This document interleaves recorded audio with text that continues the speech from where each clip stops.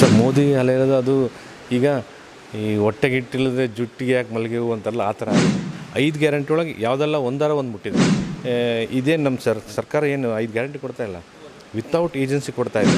But ನಮ್ಮ ದಾವಣಗೆರೆ ಕ್ಷೇತ್ರ ಮಾತ್ರ ಈ ಸರಿ 100ಕ್ಕೆ 100 ಕಾಂಗ್ರೆಸ್ ಬರೋ ಚಾನ್ಸಸ್ ಇದೆ. ನನ್ನ ನಾಲೆಜ್ ಪ್ರಕಾರ 50,000 ಅಂತೀನಿ, ಬಟ್ 25,000 ಅಂತೂ ರೀಚ್ ಮಾಡ್ತೀವಿ ಲೀಡ್.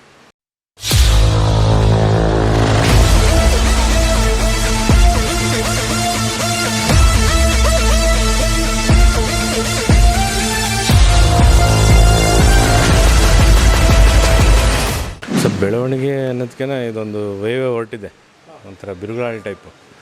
ನಾವೇನು ರಾಜ್ಯ ಸರ್ಕಾರದ್ದೇನು ಎಲೆಕ್ಷನ್ ಆಗಿತ್ತಲ್ಲ, ಎಲೆಕ್ಷನ್ಗೆ ಮುಂಚೆ ಏನು ಗ್ಯಾರಂಟಿಗಳು ಕೊಟ್ಟಿದ್ವಲ್ಲ, ಅದನ್ನು ಕೇವಲ 10 ತಿಂಗಳಲ್ಲೇ ಅನುಷ್ಠಾನ ತಂದಿರೋದ್ರಿಂದ ಅವರು ಎಲ್ಲ ಮತದಾರರು ಕೂಡ ಸರ್ಕಾರದ ಋಣ ತೀರಿಸಬೇಕು, ಈ ಸರಿ ನಾವು MP ಎಲೆಕ್ಷನಿಗೆ ಓಟ್ ಹಾಕಲೇಬೇಕು ಅಂತ ತೀರ್ಮಾನ ಮಾಡಿ ತುಂಬ ಚೆನ್ನಾಗಿ ಹೋಗ್ತಾ ಇದೆ. ಸರ್ ರೀಚ್ ಆಗಿಲ್ಲ ಅಂದರೆ ಏನಾದರೂ ಟೆಕ್ನಿಕಲ್ ಪ್ರಾಬ್ಲಮ್ ಇರುತ್ತೆ ಅಷ್ಟೇ. ಅವ್ನು ಡೈಲಿ ಅಟೆಂಡ್ ಮಾಡ್ತಾಯಿದ್ವಿ ನಾವು. ಈಗ ಎಲೆಕ್ಷನ್ ಕೋಡ್ ಆಫ್ ಕಂಡಕ್ಟ್ ಅನ್ನೋದು ಆದಾಗಿಂದ ಅಟೆಂಡ್ ಮಾಡೋಕ್ಕಾಗ್ತಾಯಿಲ್ಲ ಅಷ್ಟೇ. ಅದರಿಂದ ನಾವು ಡೈಲಿ ಲೀಸ್ಟ್ ಮಾಡ್ಕೊಂಡು ಅಟೆಂಡ್ ಮಾಡಿ ಅವ್ರಿಗೆ ಏನೇನು ಕೊಡಿಸ್ಬೇಕು ಎಲ್ಲ ಕೊಡಿಸಿದ್ವಿ.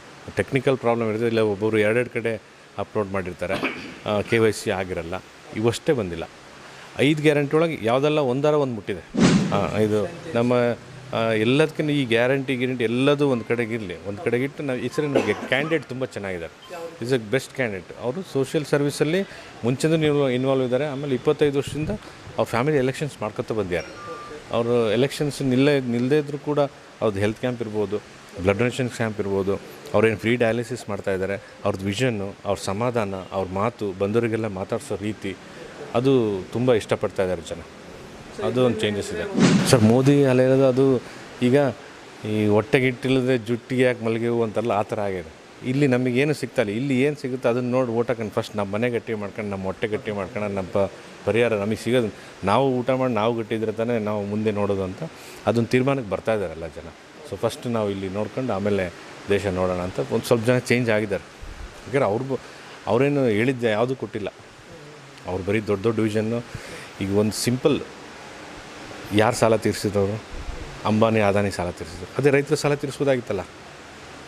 ಇಷ್ಟೇ ಸಿಂಪಲ್. ಇನ್ನು ಹೇಳ್ಕೊಂತ ಹೋದ್ರೆ ಬೆಳಗ್ಗೆ ತನಕ ಆಗ್ತಾವೆ ಅವ್ರು ಮಾಡಿರೋ. ಸರ್ ಅದೆಲ್ಲ ಕೋಮುವಾದಿಗೆ ಪ್ರಚೋದನೆ ಕೊಟ್ಟಂಗೆ. ನೀವು ಈ ಕೊಯ್ಕೊಂಡ್ರೆ ಎಲ್ಲ ರಕ್ತ ಒಂದೇ, ಎಲ್ಲರೂ ಅನ್ನನೇ ಉಣ್ಣೋದು.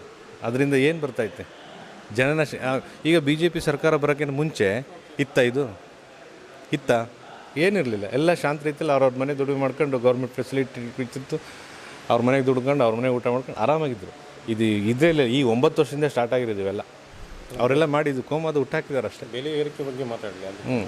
ಈ ಕೋಮದ ಹುಟ್ಟಾಕಿದ್ದಾರೆ. ಆಮೇಲೆ ಇದೇನು ನಮ್ಮ ಸರ್ಕಾರ ಏನು 5 ಗ್ಯಾರಂಟಿ ಕೊಡ್ತಾ ಇಲ್ಲ, ವಿತೌಟ್ ಏಜೆನ್ಸಿ ಕೊಡ್ತಾ ಇದೆ. ವಿತೌಟ್ ಏಜೆನ್ಸಿ ಈಗ ಕೆಲವೊಂದು ಈಗ BJP ಮೀಡಿಯಾ ಪರ್ಚೇಸ್ ಮಾಡಿದ್ದಾರೆ. ಹೆಂಗೆ ಅಂದರೆ ಈಗ ನೀವು ನೋಡಿರಿ TV ಒಳಗೆ ಹೋಗಿ ಅವರು 15 ಲಕ್ಷ ಬಂತಾ ಇಲ್ಲೋ ಅಂತ ಕೇಳ್ತಾ ಇಲ್ಲ, ನಿಂದು 2,000 ಬಂತಾ ಇಲ್ಲ ಅಂತ ಕೇಳ್ತಾರೆ. ಅದು ಬರಲಿಲ್ಲವ್ರಿಗೆ ಕೇಳ್ತಾರೆ, ಯಾಕೆ ಬಂದಿಲ್ಲ ಅಂತ ಕೇಳ್ತಾರೆ. ಅದೇ 15 ಲಕ್ಷ ಯಾಕೆ ಬಂದಿಲ್ಲ ಅಂತ ಕೇಳಿ, 2 ಕೋಟಿ ಒಳಗೆ ನಿನಗೆ ಉದ್ಯೋಗ ಯಾಕೆ ಸಿಗಲಿಲ್ಲ ಅಂತ ಕೇಳಿ. ಈಗ ದೊಡ್ಡ ಮೀಡಿಯಾ ಎಲ್ಲ ಪರ್ಚೇಸ್ ಆಗಿಬಿಟ್ಟಿದ್ದಾರೆ. ಅದು ಹಳ್ಳಿ ಜನಗಳಿಗೆ ಗೊತ್ತಾಗ್ತಾಯಿತ್ತು. ನಾವು ಈ ಕ್ಯಾನಸಿಗೆ ಹೋಗ್ತಾಯಿದ್ದೀವಿ, ಅವರೇ ಹೇಳ್ತಾ ಇದ್ದಾರೆ. ಬರೀ ಬಂದು ಆ ಕ್ವಶನ್ ಕೇಳ್ತಾರೆ, 2,000 ಸಿಕ್ಕಿಲ್ಲ ಯಾಕೆ ಅಂತ ಕೇಳ್ತಾರೆ, 15 ಲಕ್ಷ ಸಿಕ್ಕಿಲ್ಲ ಅಂತ ಯಾಕೆ ಕೇಳಲ್ಲ. ಈ ಥರ ಚೇಂಜಸ್ ತುಂಬ ಇದೆ. ಬಟ್ ನಮ್ಮ ದಾವಣಗೆರೆ ಕ್ಷೇತ್ರ ಮಾತ್ರ ಈ ಸರಿ 100ಕ್ಕೆ 100 ಕಾಂಗ್ರೆಸ್ ಬರೋ ಚಾನ್ಸಸ್ ಇದೆ. ಪ್ರತಿಯೊಬ್ಬರು ಈಗ ಚೇಂಜ್ ಆಗಿದ್ದಾರೆ ಈ ಸರಿ ಮಾತ್ರ. ಈಗ 25 ವರ್ಷ ಅವ್ರಿಗೆ ಕೊಟ್ಟಿದ್ವಿ ನಾವು. 25 ವರ್ಷ ಇದು BJP ಅವ್ರಿಗೆ ಕೊಟ್ಟಿದ್ವಿ. ಅವರ ಡೆವಲಪ್ಮೆಂಟ್ ಝೀರೋ.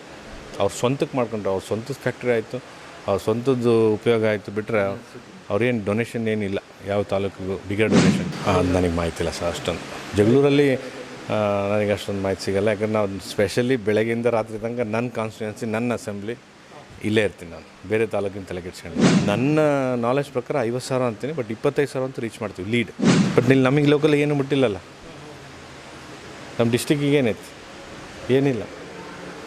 ಒಂದು ಏರ್ಪೋರ್ಟ್ ಬಂತ, ಒಂದು ಫ್ಯಾಕ್ಟ್ರಿ ಬಂತ. ಇದೇ ಹರಿಹರಕ್ಕೆ ಇಥನಾಲ್ ಫ್ಯಾಕ್ಟ್ರಿ ತರ್ತೀನಿ ಅಂತ 2016ರಿಂದ ಸುಳ್ಳು ಹೇಳ್ಕೊಂತ ಬಂದರು. 2018ಕ್ಕೆ ನಾನೇ ಪ್ರೊಟೆಸ್ಟ್ ಮಾಡಿದೆ ಫ್ಯಾಕ್ಟ್ರಿ ಪರವಾಗಿ. ಅವರಂದ್ರೆ 2000 ಯಾರು ಹೇಳಿದ ಮಾತು ಕೇಳ್ಬಿಟ್ರೆ 2018 ಫೆಬ್ರವರಿ ನಾನು ಫೌಂಡೇಶನ್ ಪೂಜೆ ಮಾಡ್ತೀನಿ ಅಂತ ಪೇಪರ್ ಸ್ಟೇಟ್ಮೆಂಟ್ ಐತೆ. ಅದನ್ನು ಇಟ್ಕೊಂಡಿದ್ದೀನಿ ನಾನು. ಜೆರಾಕ್ಸ್ ಮಾಡಿ ಕೊಡ್ತಾಯಿದ್ದೀನಿ. ಆಯಿತಾ? ಮೆಡಿಕಲ್ ಕಾಲೇಜು ಅಪ್ರೂವ್ ಮಾಡ್ಸೋಕೆ ಹೋದ್ವಿ, ಅದು ಟೆಕ್ನಿಕಲಿ ಬರಲ್ಲ ಅಂದರೆ ಮುಗೀತದು. ಈ ಫ್ಯಾಕ್ಟ್ರಿ ಅವ್ರದ್ದು ಗೌರ್ಮೆಂಟಿಂದ ಓಪನ್ ಆಗಲಿಲ್ಲ. 47 ಎಕರೆ ಜಾಗ ಅಕ್ವೈಸೇಷನ್ ಮಾಡ್ಕೊಂಡು ದುಡ್ಡು ಕೊಟ್ಟು ಖರೀದಿ ಮಾಡ್ಕೊಂಡು ಸಾಯಿಲ್ ಟೆಸ್ಟಿಂಗ್ ಆಗಿ ಕಾಂಪೌಂಡ್ ಕರೆದು ನಿಲ್ಲಿಸಿದ್ದಾರೆ. ಅದು ನಿಲ್ಲಿಸಿ ಅವ್ರ ಸ್ವಂತ ಫ್ಯಾಕ್ಟ್ರಿ ಓಪನ್ ಆಯಿತು. ಅದು ಹೆಂಗಾಯಿತು?